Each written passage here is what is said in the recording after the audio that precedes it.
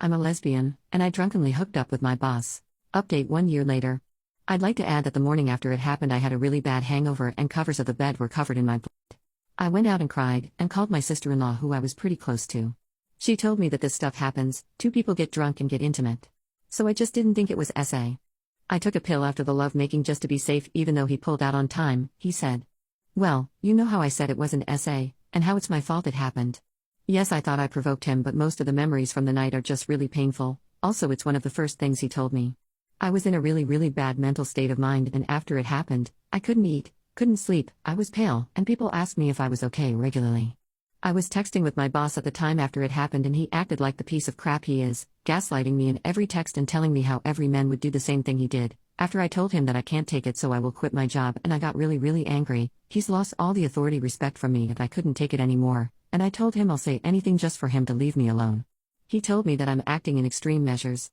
I kept telling myself, it's my own fault I got drunk. I really wanted to tell someone from the company. There was this girl, who works as a receptionist at the company, and I hung out with her a few times before, and I just felt like she was a good person, like I felt like she was the only one from the company who should know what happened. So I told her, and ever since, she's been my support in life and one of my closest friends. She obviously didn't think what happened between me and my boss was okay, and she was convinced it was SA.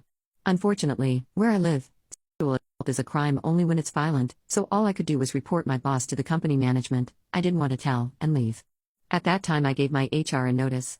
Notice period lasts 2 months. I went to work a few times after the incident happened, but my colleagues noticed how sick I look, noticed that I no longer talk to my boss or go to lunch with him, and I didn't want to say anything. Well, the boss of my boss, let's call him Michael, asked for a meeting with me and to discuss why I suddenly want to leave. At first I didn't want to tell the management, but since he wants to know, I told myself I'll just tell him the truth. There was one girl in particular who also had talked to my boss. She and my boss had a history. Let's call her Brooke. Brooke and my boss texted a bit. She is also married to a lawyer, and she sent, a few months before this all happened, my boss pictures while exposed, and he showed me. I didn't think very much of her, but after my incident, she looked at me really weird, so I thought that he might have told her. I told her, when I saw her in the company kitchen, that if she wants to talk she should just tell me, not just look at me weird every time. After that, she contacted me and asked me to meet her after work. I agreed and told her the whole story. She said she didn't think he would ever do something like that, and told me that she'll tell her husband to arrange a meeting with one of the lawyers from her husband's company. I was hesitant, because I didn't want to pay anything and I still didn't think of it as SA, but she was trying to convince for several days after I refused at first, and because Brooke told me she'll bring out the lawyer's wife card, even though it could ruin her marriage and I wouldn't have to pay a thing. Though eventually I agreed after a lot of convincing from Brooke. After this I had a meeting with Michael, HR employee and HR manager. I told them everything and Michael was furious, and he immediately arranged a meeting with my boss and also Brooke. Of course he hated the fact that we didn't have 2 rooms and told me that I should stay at home for a week.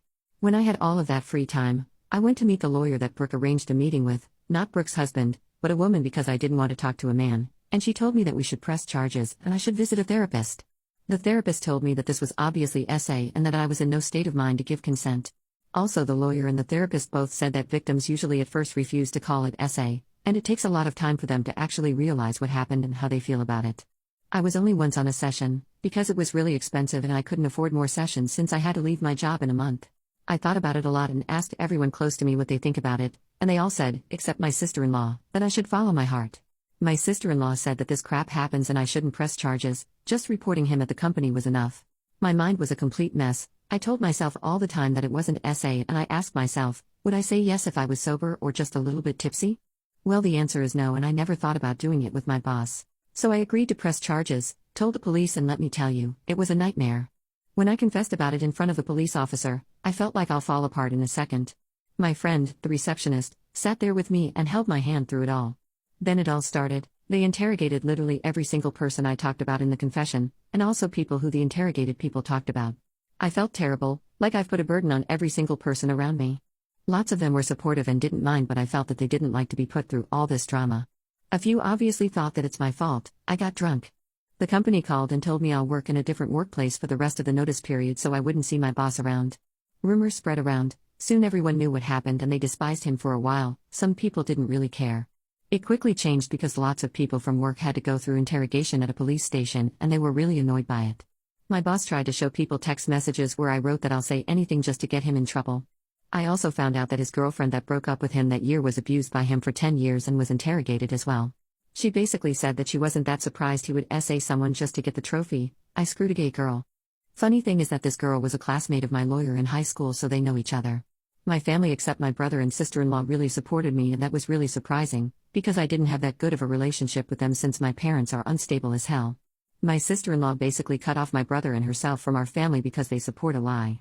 She was interrogated as well, and my lawyer told me she basically destroyed my chances to win. I was a mess for a few months, couldn't find a job, and then intense anxiety and panic attacks came. It was horrible. My roommate got fired, so I had to borrow money from my friends just to pay rent. So yeah, I lost the case. My boss got demoted. He's not a boss anymore. He chose a new employee that helps him do the same job I did. They also forbid him to choose a girl. I have a different roommate, a man from the company I worked in. And now he's my best friend. Never hit on me even though he's straight. I have a different job for 9 months now. I went to therapy a few times, got diagnosed with borderline personality disorder, and I'll move to a different city in a few months for a better paying job. My previous boss sometimes tries to convince my friends, from the previous company, to hear his side of the story, but my friends couldn't care less. My brother and his family won't talk to me, but I texted him that I miss him and wished him happy birthday. He doesn't respond. This year was a roller coaster, let me tell you. But I'm grateful, it helped me find great people, and I had a wonderful rest of the year, honestly. I'm on antidepressants, but I've never been better. Sometimes though when I go out I fear I'll see him somewhere. Sometimes though when someone looks remotely like him I get shivers and feel sick. But honestly, talking about my brother hurts the most. Even though this all happened, I feel like it's my fault my brother doesn't talk to my family anymore. I know it isn't, but when I see my mom cry because of him, it feels terrible. Thank you for all the responses in the previous post. I should have listened.